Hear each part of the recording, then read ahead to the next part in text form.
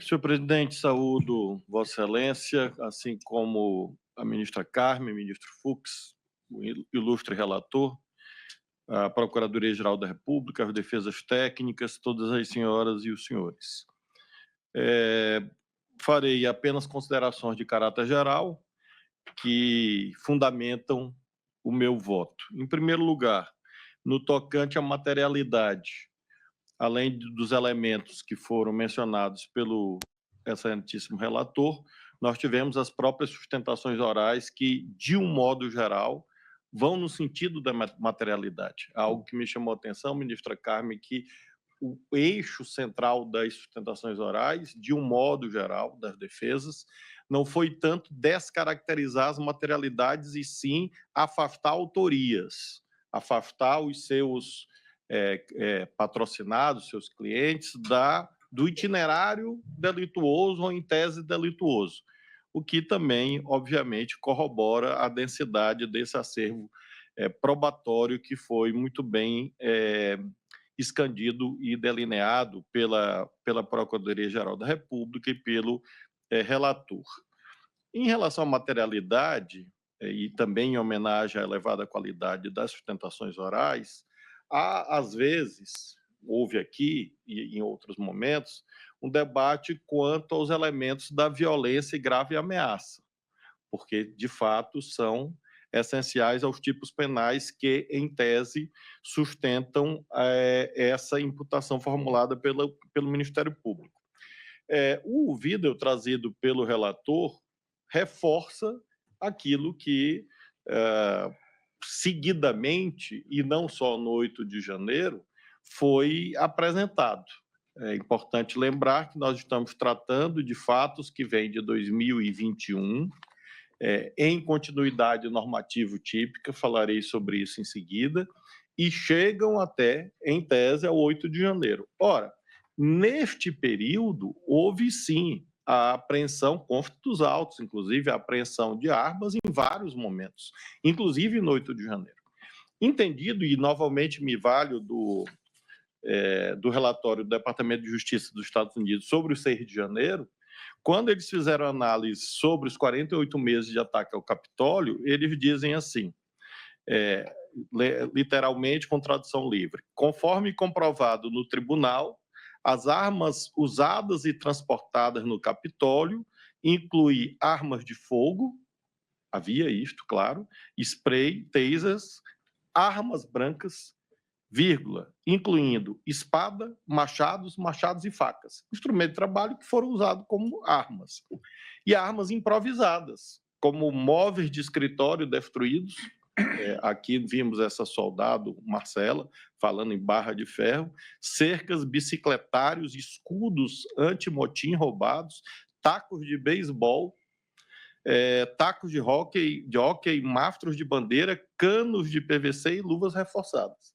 Então, é este conceito de arma que nós estamos tratando aqui, este conceito que esteve no 6 de janeiro, lá no Capitólio, e que, infelizmente, esteve presente em vários momentos, como o senhor relator lembrou, desde bombas, e é interessante que consta dos autos que este senhor da bomba, ou estes senhores da bomba no aeroporto, no dia 23 ou 24 de dezembro, menciona que obtiveram os materiais no acampamento do Exército, mostrando um liame, portanto, entre esses vários momentos que estão aludidos na denúncia. Lembro que muitos dos participantes eram policiais e membros das Forças Armadas, e estes, não há dúvida, esses só andam armados. Eu não conheço um que não ande armado, seja os da ativa quanto os já reformados. Todos andam armados. Há alguns que são mais apaixonados pelas suas armas do que pelos seus cônjuges. Dormem com as armas debaixo do travesseiro. Dormem com as armas na cama. Dormem com as armas ao lado da mesa de cabeceira. Transportam para onde vão. Eu fui governador de um estado, fui ministro da Justiça, essa é a realidade. Então, se havia, como de fato havia, inequivocamente, no conjunto de atos, a presença de integrantes das forças policiais e das Forças Armadas, não há dúvida, estavam armados, porque essa é da natureza da função, diria que mais do que um direito, é um dever, e houve, ministra Carmen, apreensão de armas, inclusive nos ônibus, consta também nos inquéritos policiais quanto ao chamado 8 de janeiro. A tipificação, portanto, do 359L e do 359M, em tese é possível. E não é uma novidade no direito brasileiro essa dupla tipificação. Ela vem de antes. Se nós lembrarmos a Lei de Segurança Nacional, em relação à qual há continuidade normativa típica, e esse é um detalhe importante na avaliação da materialidade e da viabilidade ou da justa causa, porque alguns dos fatos elencados antecedem a lei atual 14.197. E aí alguém poderia dizer, não havia tipicidade. Ocorre que havia uma tipificação quase igual, e eu tenho aqui uma referência doutrinária de um senhor chamado Michael Procópio. O senhor conhece, ministro Fux, esse cidadão? Me disseram que trabalha com o senhor. Ou Michael, né? Michael ou Michael, né? Porque lá no Maranhão tem um vereador que me apoia, preteritamente me apoiava, ele era conhecido como Michael Jackson. Que era Michael Jackson, né? Claro. Mas este caso, eu não sei se ele gosta de ser chamado de Michael ou de Michael. Mas, enfim, se ele quiser homenagear o Trump, é Michael.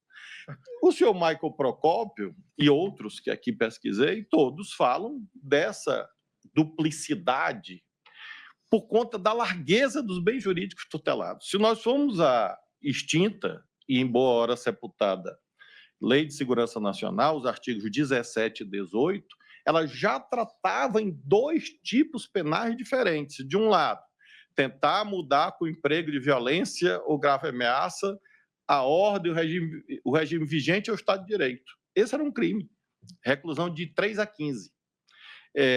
E no outro, 18, tentar impedir com o emprego de violência ou grave ameaça, esses elementos sempre presentes, como na lei em vigor, o livre exercício de qualquer dos poderes da União dos Estados, reclusão de 2 a 6. Então, este debate sobre absorção ou consunção, que não é feito, obviamente, no recebimento da denúncia, é cabível, mas ele antecede a lei de setembro de 2021. Essa lei foi sancionada, por coincidência, pelo senhor Jair Messias Bolsonaro, e tendo como referendo dos senhores Anderson Torres, Walter Braga Neto, Damares Alves e Augusto Heleno. Portanto, é uma lei bastante recente, foi exatamente neste governo cujas pessoas estão aqui eventualmente acusadas. Portanto, nós não temos casuística em relação a esta lei, mas podemos sim remeter a essa ideia de que há, como de fato há, na minha perspectiva, continuidade normativa típica, e por isso a construção doutrinária pretérita serve para nós admitirmos, em tese, a possibilidade, sim, de concurso de crimes como nós temos feito. E por que nós temos feito nos nossos julgamentos? Imaginemos que aquele aglomerado de pessoas tivesse se dirigido apenas ao Palácio do Planalto, no dia 8 de janeiro. Haveria a tentativa de depor o governo legitimamente eleito. Mas o que o Supremo tem com isto? O que o Congresso tem com isto? E é exatamente a variedade de bens jurídicos tutelados que inspirou o legislador desde sempre nessa ideia de múltiplos tipos penais. Então, nada estranha de que haja essas imputações todas constantes da denúncia e, repito, já de inúmeros acordos do Supremo Tribunal Federal. Em tese, sim, é possível, não há dúvida que é possível que alguém consuma o crime de tentar ou atentar contra o governo legitimamente eleito e não queira destruir o Estado Democrático de Direito e vice-versa. Em tese é possível. Ministro Flávio, permite? Pois não.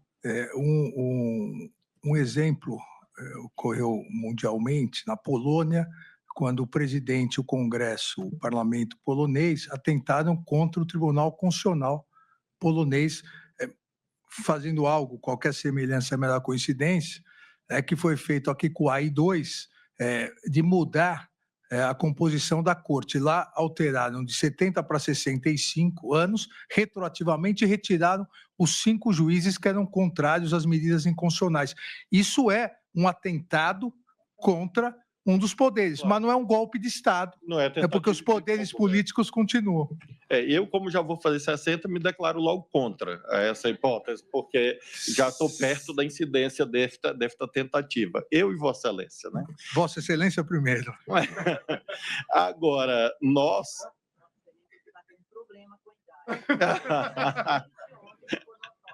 É por conta do peso em mim. Mas, voltando, portanto, à temática do concurso ou da absorção, é claro que isso vai ser debatido em tese. Mas, quanto à materialidade, não há dúvida quanto à sua viabilidade. Exatamente porque houve o ataque ao Supremo, ao Congresso, ao TSE e ao Palácio Planalto em outro momento. É claro que, quanto aos fatos supostamente existentes, que serão objeto de instrução, que antecedem o dia 1º de janeiro de 2023, é claro que quem eventualmente estava ali perpetrando aqueles atos não queria depor o governo do qual fazia parte. Óbvio. E aí nós teremos, portanto, o debate de provas para a configuração ou não. Agora, como proposta de que haja a conjugação, o concurso entre esses crimes, a inviabilidade técnica, claro que não, pelo contrário. E desde sempre, como mencionei, há essa ideia de múltipla tutela em relação a esses bens jurídicos primaciais. Como a ministra Carmen foi elogiada pelo presidente Trump, e eu não vou ficar atrás, eu trouxe um precedente da senhora, desta primeira turma. Eu trouxe um da ministra Rosa também. E a ministra Carmen, em 2007, disse o seguinte, nesta primeira turma: não é lícito ao juiz, no ato de recebimento da denúncia, quando faz apenas juízo de admissibilidade da acusação, conferir definição jurídica aos fatos narrados na peça acusatória. Poderá fazê-lo no momento da prolação da sentença.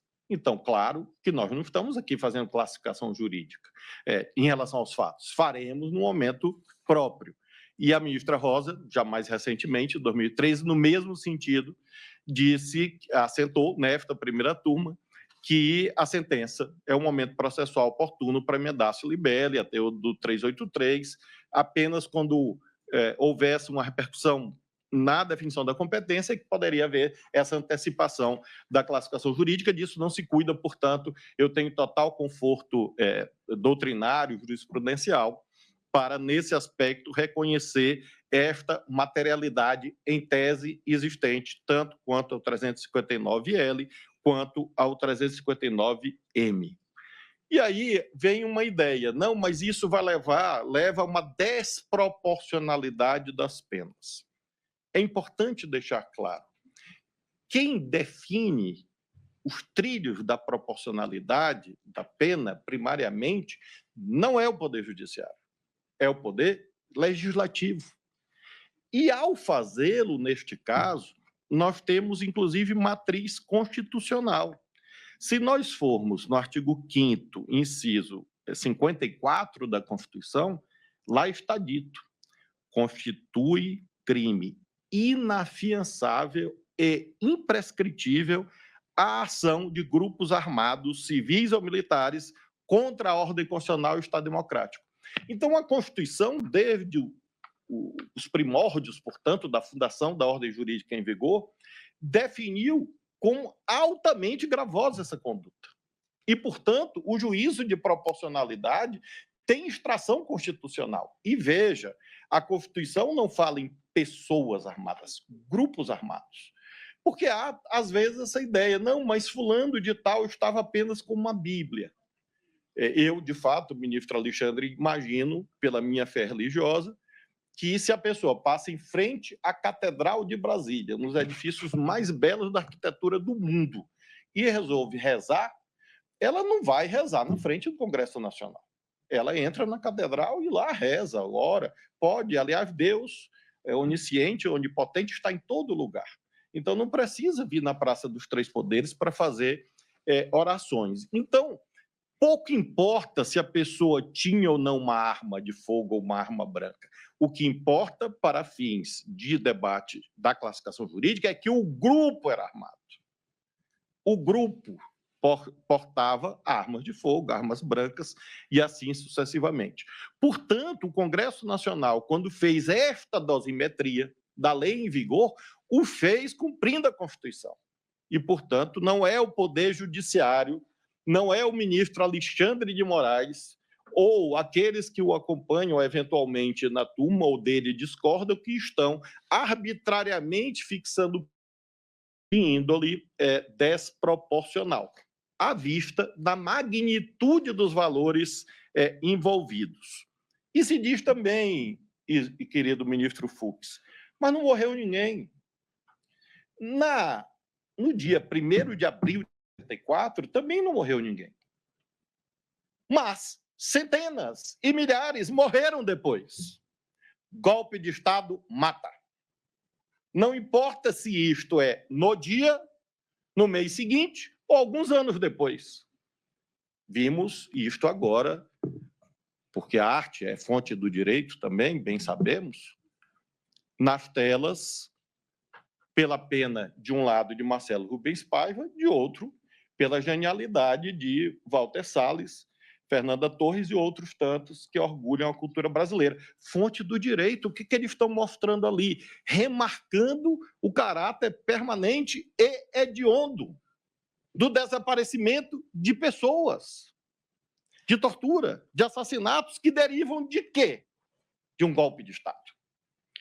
Então, aqueles que nos anos 20 e 30 do século XX normalizaram a chegada de Mussolini e Hitler ao poder, dizendo este é um processo normal, certamente se arrependeram quando viram as consequências nos odientos campos de concentração, vitimando o povo judeu e outras tantas minorias na Europa. Portanto, golpe de Estado é coisa séria. É falsa a ideia de que um golpe de Estado, ou uma tentativa de golpe de Estado, porque não resultou em mortes naquele dia, é uma infração penal de menor potencial ofensivo ou suscetível de aplicação até de um princípio da insignificância, a excluir a tipicidade. Isto é uma desonra à memória nacional. Esse tipo de raciocínio é uma agressão às famílias que perderam familiares no momento de trevas da vida brasileira. E isto reverbera em um tribunal na medida em que, repito, nós não estamos aqui friamente cumprindo a ordem jurídica sem levar em conta aquilo que o ministro Fux, meu amigo tão querido, sempre lembra quanto ao consequencialismo, que é um mandamento legal. O Tribunal Constitucional ele não pode ser consequencialista, ele é obrigado a ser consequencialista. É da natureza dele, inclusive pela sua condição de órgão de cúpula do Estado. Então, sob todos esses aspectos, eminente presidente Cristiano Zanin, penso que, se não morreu, poderia ter morrido. Acho, portanto, que a denúncia possui os atributos fundamentais da materialidade, da viabilidade, porque houve violência e essa violência poderia ter produzido danos de enorme proporção, e o fato de isto não ter se configurado não exclui a tipicidade definida em lei, basta ler o tipo penal para compreender que a conduta é atentar, por uma razão simples. Se fosse consumado, o golpe de Estado não tinha viabilidade na persecução penal, porque não haveria juízes para julgar. E é por isso que, corretamente, o legislador, não é o Supremo, é o legislador, e o Poder Executivo que sancionou a lei, previu o crime com esses contornos a que fiz alusão. Finalmente, concluo meu voto lembrando quanto à autoria. Penso aqui, ministra Carmen, que o relator já nos poupou, eu anotei, como disse, ao longo das sustentações e com a leitura dos autos, indícios, a meu ver, razoáveis em relação a cada um dos acusados, porque justiça não é justiçamento. É claro que as pessoas têm que ser julgadas de per si, independentemente do seu nome, da sua história, como aludi ontem. Temos que aferir as condutas, uma a uma, independentemente do juízo moral ou de qualquer outra natureza que nós tenhamos sobre essas pessoas. Isso não comparece no tribunal. A toga serve para isso. E o que nos distingue de ditadores é que a nossa subjetividade é controlada pelas normas jurídicas. Se não houvesse normas jurídicas, não haveria direito, não haveria segurança para todos que este Supremo sempre deu, com seus acertos e erros, inerentes a qualquer instituição humana. Mas se nós olharmos, desde o alvorecer da República, temos que dar razão a Campos Salles. É a joia das instituições republicanas, disse Campos Salles, como quando ministro da Justiça no primeiro dos governos republicanos. Então, de um modo geral, creio que o Supremo terá as condições de, ao longo da instrução, aferir esses indícios de per si para identificação da participação concreta de cada um.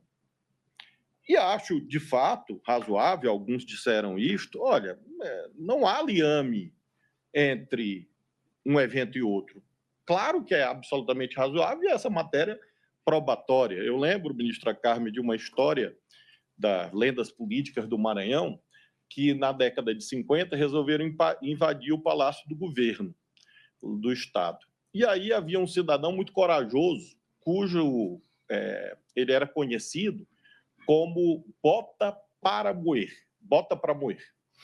E aí pegaram, entregaram a bandeira do Brasil, nesse tempo só se usava a bandeira do Brasil em manifestação, botaram o bota para moer bem na frente.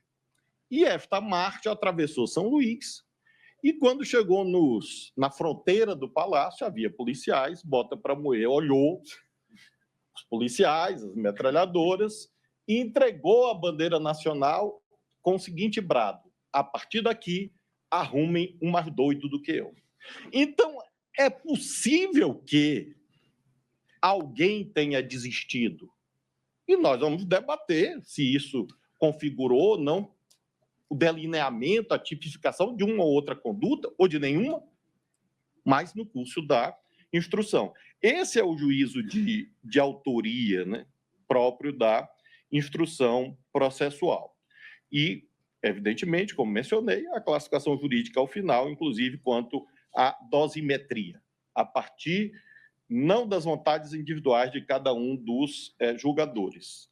Porque, repito, isto não comparece em um tribunal com a tradição e com a autoridade moral e jurídica que o Supremo Tribunal Federal tem.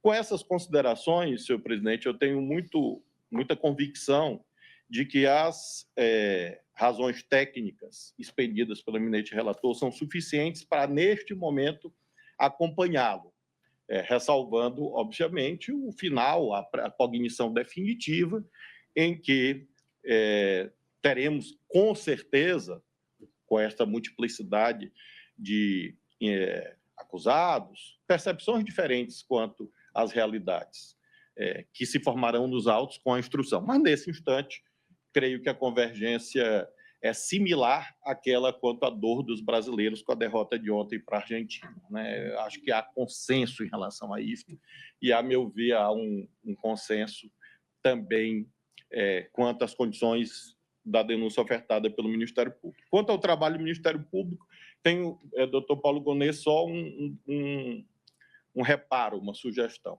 O eminente ministro Alexandre, ao fazer o seu resumo, descreveu múltiplos crimes contra a língua portuguesa, e Vossa Excelência não fez nada. A pobre da língua portuguesa merece algum tipo de proteção do Ministério Público, se é que são verdades as frases do ministro Alexandre de Moraes. Com essas considerações, senhor presidente, eu acompanho o relator.